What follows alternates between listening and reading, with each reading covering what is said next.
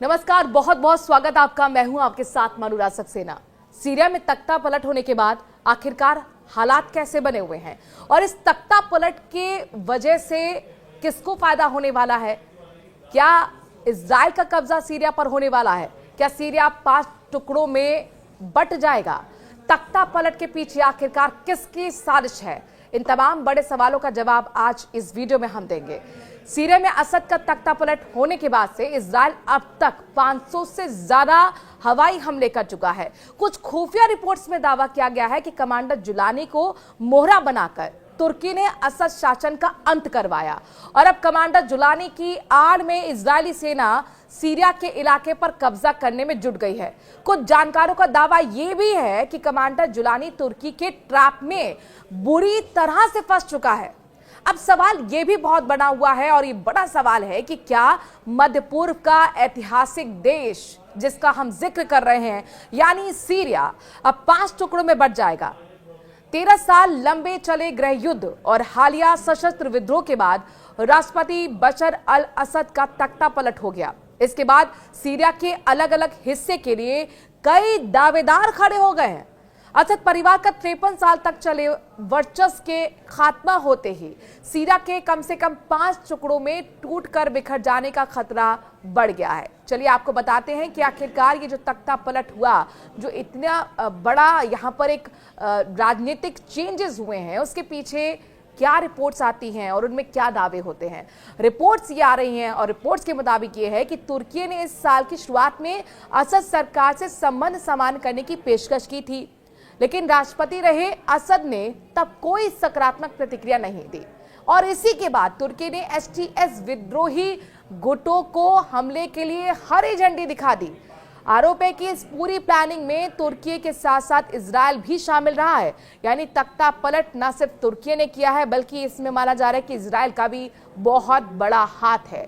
अब इजराइल ने इस मौके का फायदा उठाना भी शुरू कर दिया है।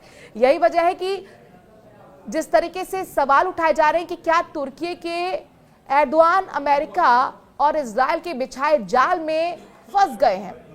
सीरिया में बशर अल असद की सरकार भले ही ईरान की करीबी थी, लेकिन उसका सबसे बड़ा सहयोगी रूस रहा है। अब यहाँ पर आपको हम बताने जा रहे हैं कि आखिरकार रूस की भूमिका यहाँ पर क्या रहने वाली है और किस तरीके से रूस को ने जिस तरीके से शरण सीरिया के राष्ट्रपति को दी है, अब आगे रूस का कदम क्या होने वाला है। जिस तरीके से तुर्की ने खंजर घोंपा, उसको लेकर रूस का रुख क्या रहेगा। खबर है कि ऐसे में असद सरकार को गिराने में मदद करना यानी रूस को धोखा देना के बराबर ही है। दरअसल पुतिन के गुरु कहे जाने वाले अलेक्जेंडर दुगिन ने सीरिया के मसले पर तुर्की को लेकर बहुत बड़ा हमला बोला है। उन्होंने सोशल मीडिया प्लेटफॉर्म एक्स पर पोस्ट करके लिखा, सीरिया एर्दोआन के लिए एक जाल था, यहां उसने एक रणनीतिक गलती की है। तुर्की ने रूस को धोखा दिया है, उसने ईरान को धोखा दिया है और अब वो बर्बाद हो चुका है। दुगिन एक सेल्फ प्रोक्लेम्ड फिलोसोफर हैं और वो औपचारिक तौर पर पुतिन के साथ काम नहीं करते हैं, लेकिन पुतिन के ज्यादातर फैसलों में उनका प्रभाव काफी रहा है और ये बहस का विषय भी रह चुका है। हालांकि कुछ लोग उन्हें पुतिन का दिमाग भी कहते हैं। दुगिन पुतिन के बहुत बड़े समर्थक हैं, प्रशंसक हैं और यूक्रेन के खिलाफ जंग को सही ठहराते रहे हैं।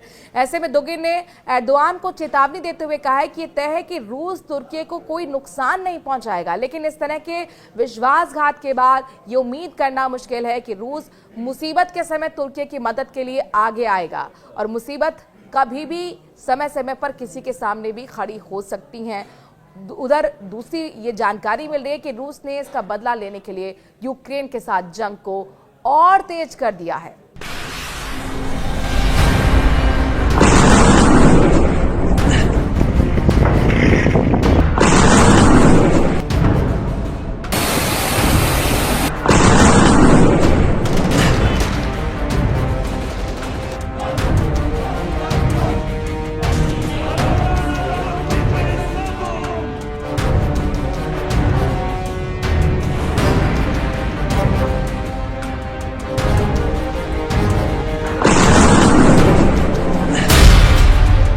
तुर्की भागा कमांडर जुलानी, सीरिया पर इजरायली कब्जा। 24 साल से सीरिया पर एक छत्र राज करने वाले बशर अल असद को इस्लामी चरमपंथी संगठन हयात तहरीर अल शाम यानी एचटीएस ने सिर्फ 10 दिन में सीरिया से भगा दिया। लेकिन अब खबर आ रही है कि जब से इजरायली सेना ने सीरिया पर भयानक जमीनी और हवाई हमले शुरू किए हैं, उसके बाद से दावा किया जा रहा है कि इजरायल सीरिया के बहुत बड़े इलाके पर कब्जा कर चुका है और पूरे सीरिया पर कब्जा करने की कोशिश में जुटा है। हम इन 3 तस्वीरों के जरिए दिखाने जा रहे हैं कि लोमड़ी की तरह चालाक और शातिर इजरायली सेना ने सीरिया में ऐसा भ्रम युद्ध शुरू कर दिया है जिसमें हयात तहरीर अल शाम यानी एचटीएस का मुखिया चीफ कमांडर अबू मोहम्मद अल जूलानी बुरी तरह से फंस गया है। कुछ खबरों में दावा किया गया है कि कमांडर जूलानी ने डंके की चोट पर कहा कि उसे मोहरा बनाया जा रहा है और अब कोई भी देश हयात तहरीर अल शाम यानी एचटीएस का साथ देने को तैयार नहीं है। इधर इजरायली सेना सीरिया में मौजूद मिसाइल सेंटर, सीरियाई सेना के टैंक, तोप, रॉकेट लॉन्चर, यहां तक कि हथियारों से जुड़ी केमिकल फैक्ट्री को भयंकर हमलों से तबाह कर दिया गया है। मिडिल ईस्ट से जुड़े एक्सपर्ट्स का दावा है कि इजरायल मौके का फायदा उठाते हुए पूरे सीरिया पर कब्जा करना चाहता है, जिसमें कहीं ना कहीं अमेरिका भी शामिल है। जो तस्वीरें सीरिया के गोलान हाइट्स और दूसरे इलाकों से आ रही हैं, उसमें साफ देखा जा सकता है कि इस वक्त इजरायली सेना ने गाजा और लेबनान की बजाय सीरिया पर भीषण हमले शुरू कर दिए हैं। इजरायली हमलों से जुड़ी कुछ तस्वीरें तो ऐसी हैं जिन्हें देखकर फ्रांस, जर्मनी और ब्रिटेन तक चकरा गए हैं। फ्रांस ने तो यहां तक कह दिया है कि इजरायली सेना को सीरियाई इलाकों से तुरंत निकल जाना चाहिए, जबकि जर्मनी और ब्रिटेन ने इजरायल से कहा कि वो सीरिया पर हमला करने में संयम और सावधानी बरतें। लेकिन हैरानी की बात तो यह है कि इस वक्त इजरायली प्रधानमंत्री नेतन्याहू किसी की भी बात नहीं सुन रहे हैं और पूरे सीरिया पर हमले कर रहे हैं। जरा देखिए इजरायली सेना ने सीरिया का क्या हाल किया है।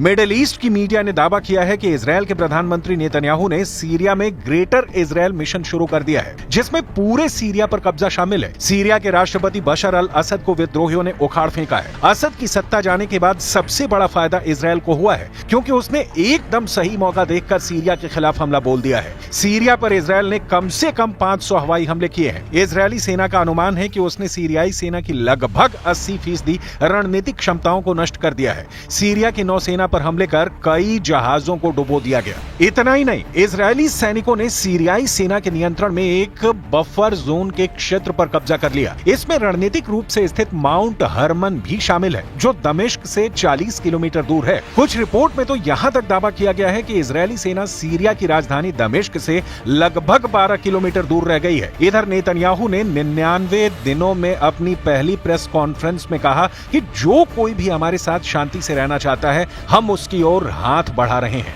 और जो कोई हमें चोट पहुंचाने की कोशिश करेगा, हम उसका हाथ काट देंगे। אנחנו רוצים יחסים תקינים עם המשטר החדש בסוריה. אבל אם המשטר הזה יאפשר לאיראן לחזור להתבסס בסוריה, או יאפשר העברת נשק איראני או כל נשק אחר לחיזבאללה, או יתקוף אותנו, אנחנו נגיב בעוצמה. אנחנו נגבה ממנו מחיר כבד. מה שקרה למשטר הקודם, יקרה גם למשטר הזה. तुर्की का डबल गेम, सीरिया में फंसा कमांडर जूलानी। हैरानी की बात तो यह है कि सीरिया के असद परिवार का पतन करने वाला इस्लामिक चरमपंथी संगठन हयात तहरीर अल शाम यानी एचटीएस भी इजरायली हमलों के सामने बेबस नजर आ रहा है। कुर्द लड़ाकों को बेरहमी से मारने वाला कमांडर अबू मोहम्मद अल जूलानी भी समझ नहीं पा रहा है कि इजरायली सेना से कैसे मुकाबला किया जाए, क्योंकि तुर्की ने अब कमांडर जूलानी के साथ ऐसा खेला कर दिया है जिसकी वजह से सीरिया में हयात तहरीर अल शाम यानी एचटीएस बुरी तरह से फंस गया है। यानी तुर्की अब हयात तहरीर अल शाम का साथ देने को तैयार नहीं है, क्योंकि इजरायल ने अमेरिका पर दबाव बनाया है कि अगर सीरिया पर हयात तहरीर अल शाम यानी एचटीएस की सरकार आई तो पूरे मिडिल ईस्ट में आईएसआईएस की तरह हमले होंगे और कमांडर जूलानी दूसरा बगदादी साबित होगा।